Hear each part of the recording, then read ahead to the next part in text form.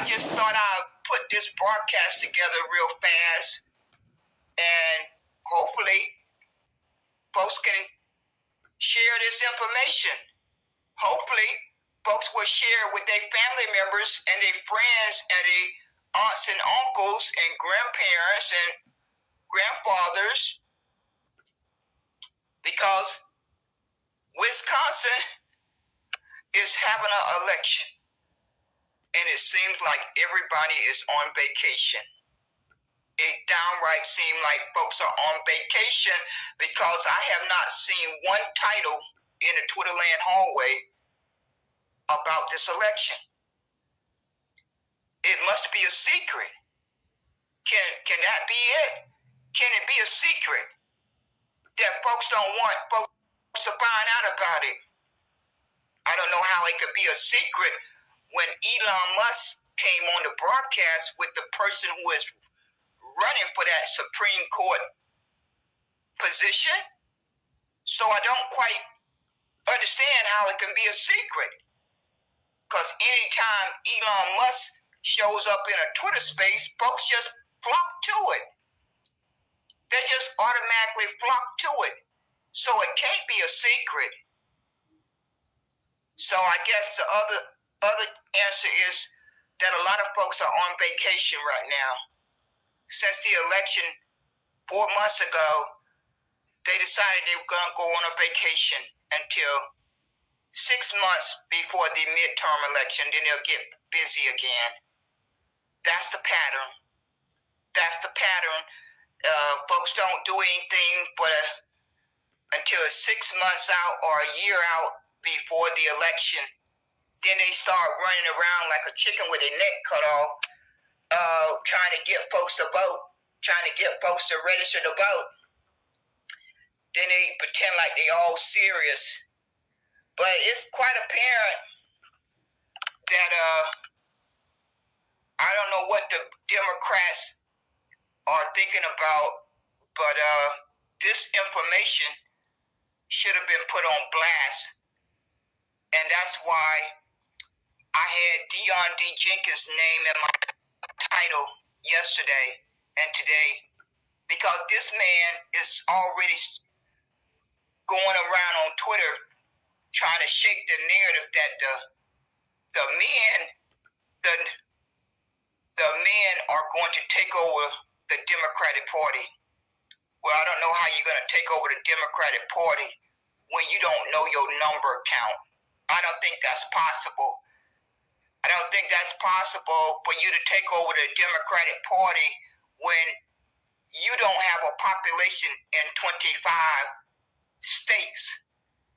I don't think that's possible, because unless you can perform a Houdini, I don't think you're going to be taking over no Democratic Party when your population in 25 states is less than 6%. That's the same brain dead narrative that Mark King Carter told folks, that they're going to take over the Republican. I guess folks just take great pleasure in lying to themselves and lying to their community, when all of us know how to do adding and subtracting and multiplication. I don't know how they get away with it. That's the part that's really confusing me, because the information is right over there on Google. It takes 5 minutes to go do a search and say, Google, give me a population breakdown state by state by race. The first time I did the search was in 2020. I did a follow-up in May of 2024, and I'm going to do another one quite soon. So it don't take that long for you to search for it. Just click on a couple search results and compare the data and get a ballpark figure of what is the population breakdown state by state. And then compare that with your number count, and maybe you can figure out what position your community is in as a collective. It takes a little bit of work, but I guess folks say they're doing the work, They say they got boots on the ground. They having events. They having pull-ups in states. They're doing broadcasts on their social media channels, and they are taking donations, and they are opening Twitter spaces every day. So somebody should be able to present a number count. I'm going to keep on harping on it until I start hearing folks talk about gathering their number count. I'm just going to keep on talking about it because we cannot expect to make any changes if we don't know our numbers. We cannot get the first base, second base, third base, or home if we don't know our numbers. We can't even run our household if we don't know our income and expenses. So why do folks think they can take part in this corrupt government without knowing their numbers is beyond me. It's quite beyond me, and I just cannot make sense of it. But I'm going to move right along because I'm kind of tired tonight. I'm talking about the title. I was listening to a replay on Twitter with that sorry human being by the name of Dawn, but she go by Let It Be Known. Let It Be Known. Her initials are, her profile name is CCEJ40. And the other person's name is Jubilee. So I'm sitting back working on my other tasks and got my phone off to the side and listening to a replay of a Twitter space. And those persons' names that you see in that banner below, they are the lady by the name of Netta, the gentleman by the name of the Black Receipt, and Talent, New Negro Republic. And the host is Dawn, a.k.a. Let It Be Known, and the co-host is Jubilee.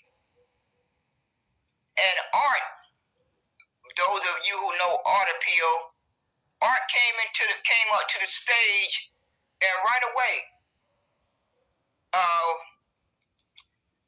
the folks, I don't know how else to try to put this.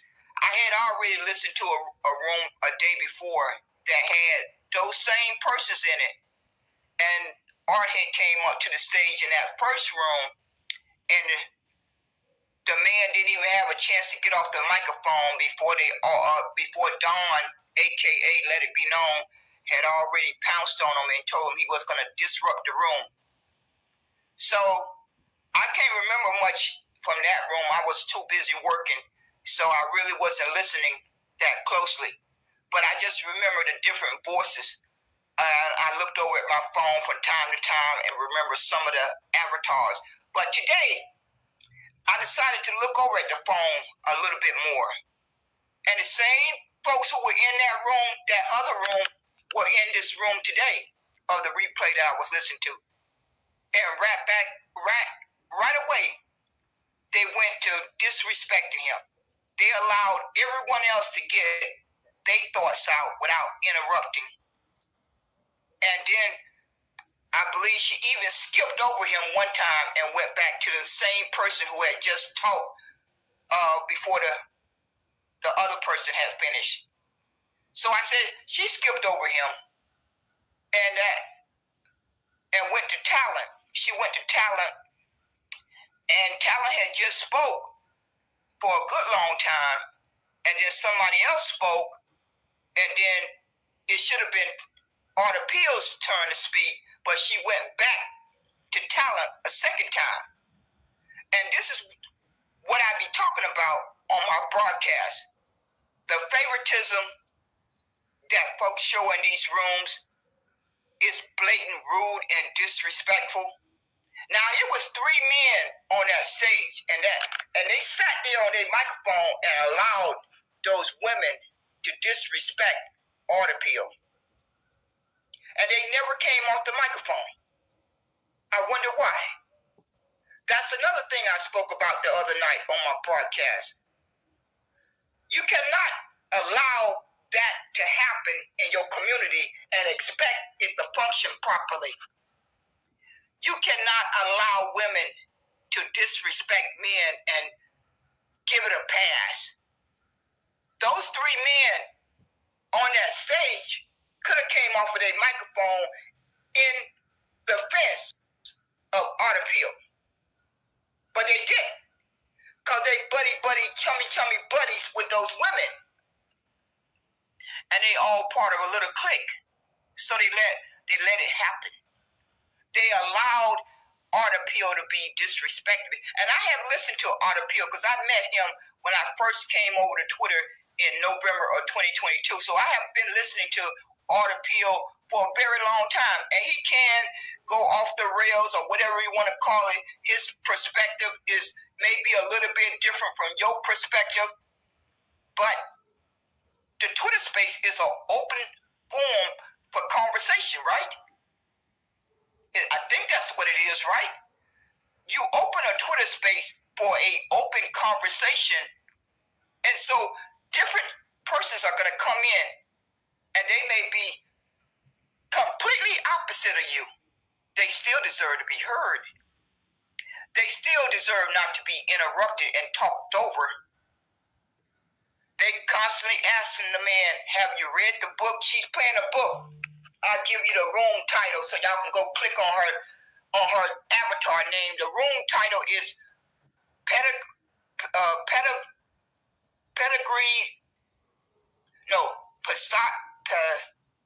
Pedigree of Oppressed. Has the oppressor changed our consciousness? So that's the room that I was listening to the replay that I'm talking about right now. And Dawn, a.k.a. Let It Be Known, was the host. And the co-host was a gentleman by the name of Jubilee. And they totally disrespected Art. And like I said, I have listened to Art for a very long time. Art has a right to say what he want to say just like anyone else. If you are having an open Twitter space and it's an open conversation or open forum, then why do he get a different treatment than other folks? All because he's not part of your little clique, right? He's not part of that little favoritism club. That happens constantly to individuals. When I'm listening to these replays, that constantly happens. I constantly observe that. And so I decided I would start saying something about it because I guess nobody else going to bother to say anything about it. They're going to pretend like it's not happening, I guess. But every one of us see it. Every one of us with two eyes and two ears, each one of us witness it. So we can stop pretending like we don't see it. Because everybody else see it. Everybody in the anonymous listening section, all the enemy who's recording all of these Twitter spaces, they all know it. So there's no need to pretend like you don't see it. I just want to know why they had to disrespect Art that way. The man never had a chance to get any full thought out. I mean, they kept allowing everyone else to jump off the microphone at will. They just allowed all the other persons on the stage. It wasn't no more than about 7. So it wasn't a packed stage. It was maybe 6 or 7 persons on the stage. So they weren't in a rush to get to the other folks. It wasn't packed. They wasn't in a rush to get to other hands. So they just kept skipping over the man. And Netta said, well, Art falls asleep. Art don't fall asleep that many times. Yeah, sometimes if he had to wait a long time, he may not be there when you finally decide to get around to calling on him. He may just have to walk away from the phone or something. But she already getting the words out of her mouth. Well, Art not there because he don't fail to sleep. No, I guess the man got tired of waiting behind all you individuals who kept jumping off the microphone out of turn. And when the man was called on, folks still came off the microphone. The man didn't get out 4 or 5 words before they came off the microphone. Downright pitiful. Downright shameful. I just sat there and said, how many times is it going to happen? It happened at least 3 times in the short time that I was listening. It happened about 3 times that that man tried to have a turn to speak. And I never got a chance to hear completely his thought. And they tried to paint a narrative that his thought, his perspective was not in alignment with what the conversation was about or where it was at. Well, that's going to happen when you have an open conversation. Folks are going to come up on stage who may have a different perspective. Just curve the conversation back where you left off at. What's so difficult about that? But at least allow the man to get his complete thought out. At least extend that much courtesy to the man. He took the time out of his day to click on your title and come to your room and raise his hand to request to speak. At least he entitled to that much courtesy and respect. I don't think that's asking too much. But it seems to be asking too much for folks who open these rooms who, if you're not part of the popularity club, you got to be popular. You'll get a different treatment if you're one of the popular ones. You'll get a different treatment if you're part of the favoritism. It constantly happens. I have observed that for the past 3 years. I literally had to open a room on Clubhouse talking about it. I have spoken about it on a couple of my broadcasts over here on StreamYard, but this should not have to be done. All of us are adults. All of us have 2 ears and 2 eyes, and we see the same thing, almost. So, it was already upsetting to me to have to open a space on Clubhouse and point this out. Now, the same pattern is over here on Twitter. And they had the nerve to be playing an audio book talking about the evil oppressors. They had the audacity to be covering an audio book about the evil oppressor of how the Negroes have been oppressed in America. But then each one of those persons were a party to mistreating one individual. He was outnumbered, but you're gonna pretend that you're not doing that, but you're gonna have everything to say about the enemy being the oppressor, while you can get on a public app every day and mistreat somebody in your community. But nobody's supposed to talk about that, right? Nobody's supposed to talk about that part. Just keep the focus on the enemy. Just keep the focus on those folks who you call white and y'all little favorite word, white supremacy. Just keep the focus on them.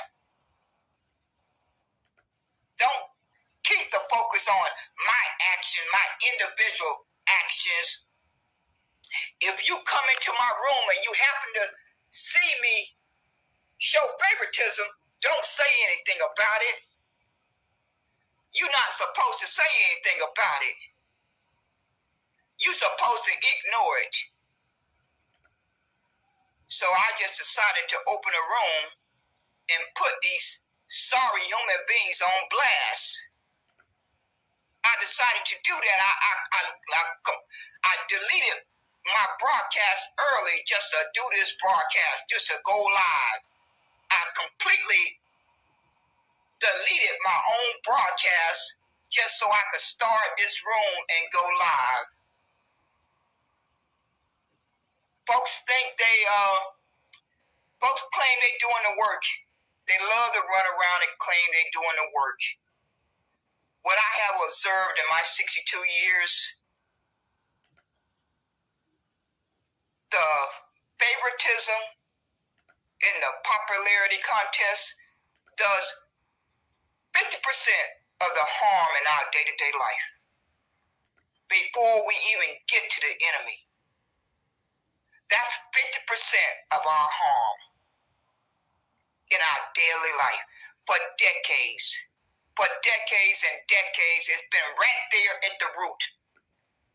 Folks don't want to talk about it, though. They don't want to talk about it. But I'm going to talk about it. Because I've been here long enough now to talk about it. I've been here for 62 years. So I can talk about it. Because I've been here long enough to talk about it now. That's 50% of the harm that each of us experience daily. But we don't want to pretend that that happens. We don't want to pretend like it happens. But it happens. It's been happening since Negro slavery. It's been happening since Negro slavery. And folks are not going to continue to try to brush it under the rug. They're not going to get away with trying to brush it under the rug and pretend like it's not there. Because I love my community. I love myself. I love my people like no tomorrow. And it breaks my heart every time I have witnessed someone being mistreated. I can't count the number of times over my 62 years of bearing witness to another human being being mistreated by their own people. Or should I say, folks who had the same skin tone, brown or dark brown. Let me be correct. How many times did I witness that over my 62 years? I started pushing back against it and speaking up about it in junior high school.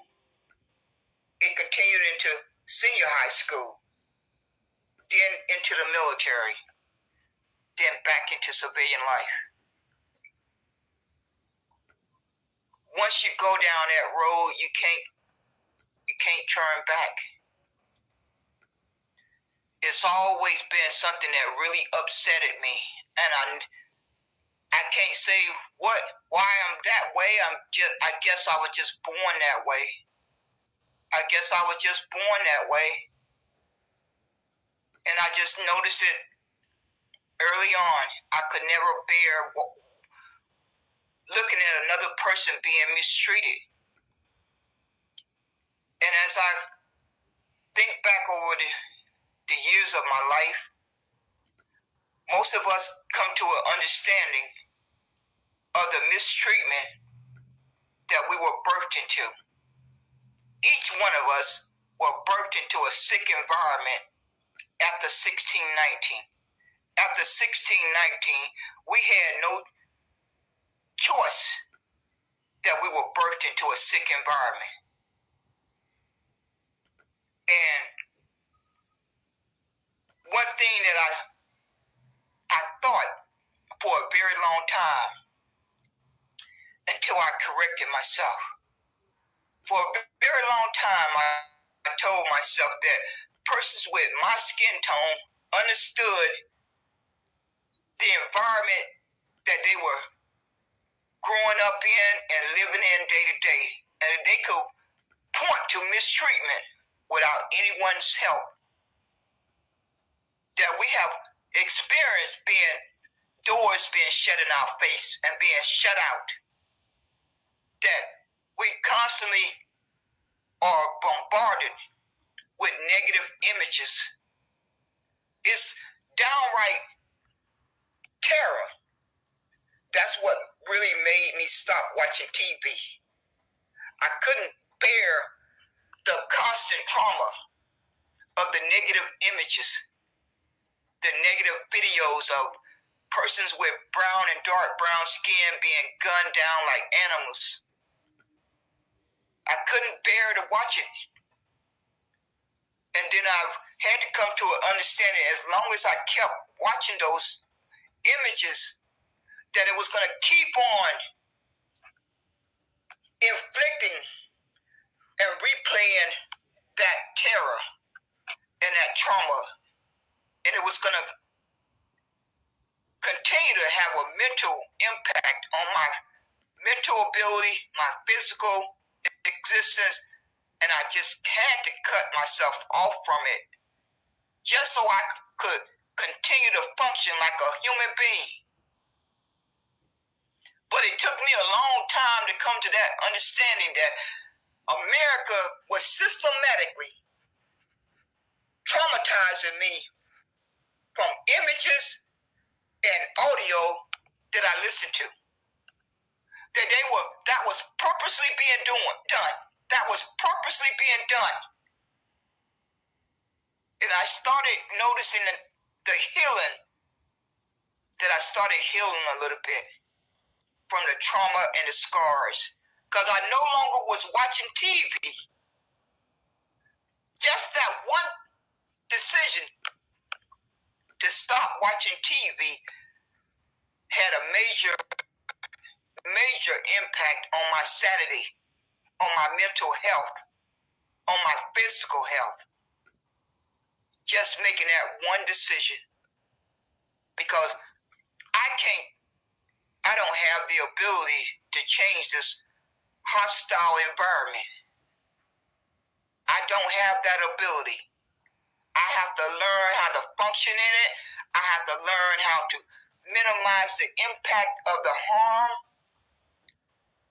But I don't have the ability to fix this evil environment. And somehow or another, folks just seem to think that they have the ability to fix this evil environment. They have convinced themselves they have the ability to take part in this corrupt government and life gonna change. They have convinced themselves if they get accepted by those that do the controlling, that control the money, that control the power, that they're gonna have a different life. But what angers me is that the 50% of the harm that we do to each other, that nobody has